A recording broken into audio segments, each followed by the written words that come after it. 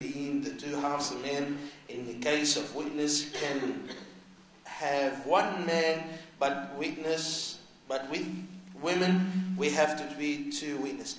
Now, here the issues of criminal law in Islam. Now, a lot of the issues Islam gave equal rights to women.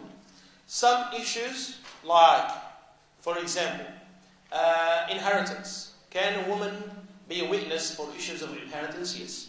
Can a woman be a witness for wealth dealing? Yes. Can a woman be a witness for lot of issues? She's equal to. She can be a witness. In some issues, a woman cannot be a witness, like murder. Yes.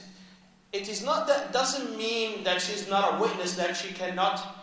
If she said that I saw this person killed, yes, that her testimony is not. It's not good enough. It is good enough, but to establish the had.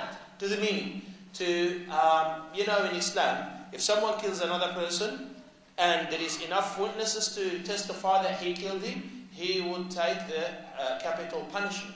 In Islam, as you know, there is the capital punishment. Now, if a woman, she says, I saw this man killing, yes, in Islam, we say one woman is not enough because it is not the normal environment where a woman is, where murders are happening. It's different to a man who is out on the streets and he could see this more. But in other issues like business, wealth, even in a very dangerous issues like suckling, to the meaning, someone, and as you know, in Islam we have mother in suckling, you are breastfeeding, your second, third cousin, she has a baby and you breastfed her baby. Enough, 5-6 times, then your son cannot be married to this girl. Yes, and this is a marriage issue. Now, it is enough one woman, she says, I have breastfed him. Khalas. These two people cannot get married to each other because they're brothers and sisters now. Even if they are married, let's say you were in Lebanon and then you came to Australia and said, what are you doing with this girl? She is your sister. I suckled both of you. Then Islamically they should separate because they're brothers and sisters. This is one woman. She can cause that big problem. So Islam gave her rights in the areas where she needs to have them, and he told her about these other issues. Hang on, you don't need to burden yourself with blood and murders and killing and slaughtering and all this. You relax about these issues and we leave it to men. And that is justice.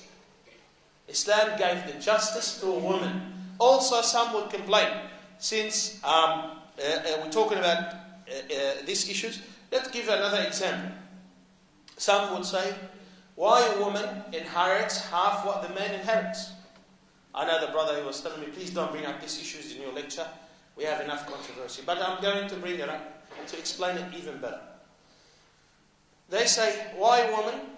For example, if a father passes away, he's got one son and two daughters. The two daughters take half of his wealth, and the son takes the other half. That is known. Now, is that what you've been talking about, equality? Here, Islam is the religion of justice. He gave her what she deserves. How can she deserves? She doesn't get like the man. First and foremost, Islam, when it's implemented as a full system. Not as part of it, the part we like and the part we do not like. When you have full Islamic system, yes, normally the son who goes out and help his father in the business. This is the norm. They put that aside. When you, my sister, get married, you move with a man. The man, he must give you your dowry. He has to feed you, dress you, pay your rent, and still you get the inheritance of your parents. While your brother, he gets the half, but at the same time he has to get married. He has to spend on his wife. He has to pay the rent. He has to look after you even, let's say you didn't get married, he has to still look after you because he is your brother and you have no support after your father passed away, then he has to support you. So by the end of the day, who got the better deal? The woman got the better deal because she doesn't have to spend the money she got, whilst the man has to spend all these expenses that come with it. When we talk about Islam, we're talking about the religion of justice, which gives everyone who he deserves, what he deserves.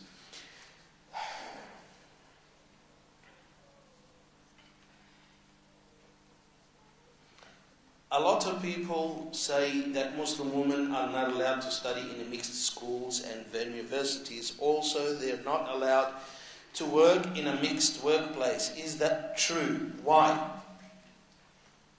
More and more. طيب.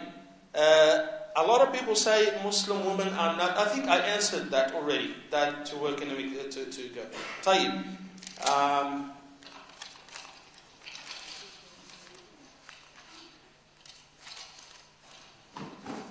How do I convince my brother he has no power over me except if I am doing wrong? Well, sister, it depends what is that wrong. If he's your older brother, you need to respect him also and communicate with him and see what is wrong, that what he considers wrong. Yani if that act is wrong, then ask people of knowledge and use people of knowledge to rule and to say this is wrong or this is not wrong. If your father is alive, your brother has no say over you. It goes back to the father because he is your father. طيب, Assalamu alaikum. May Allah, motivational talk. There are men, whether they be brothers or husbands, fathers or husbands, they don't allow women to study mainly secular studies in this country or something. They do not allow. Look, my sister, if you have a problem with your father or your husband about what you're going to study and what you need, here the question is general. You really need to know what is the problem and what are you studying and why are you studying for. Yes? And then, if you have a disagreement, go back to the local sheikh and a person of knowledge in your area to tell you whether this is correct or not.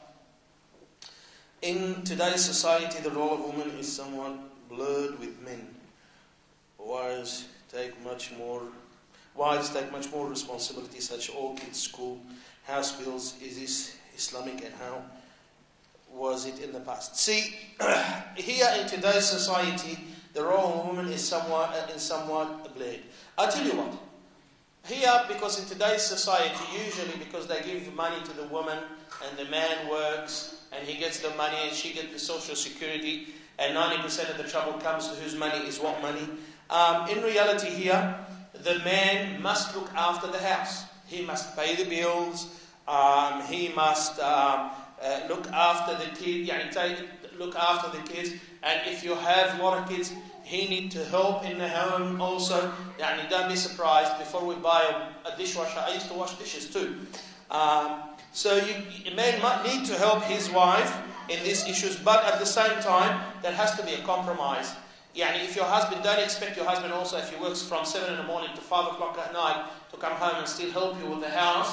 If you have one child and you got nothing to do and you don't study, you don't work, you don't do anything. So in reality, once a woman starts working in the working field, there has to be a ground rules in the home, something you agree on with the husband, what is each one's duty and how it's going to run, and you take it from there. And especially when it comes to issues of money, because I find a lot of the troubles between husband and wife is because of money. Who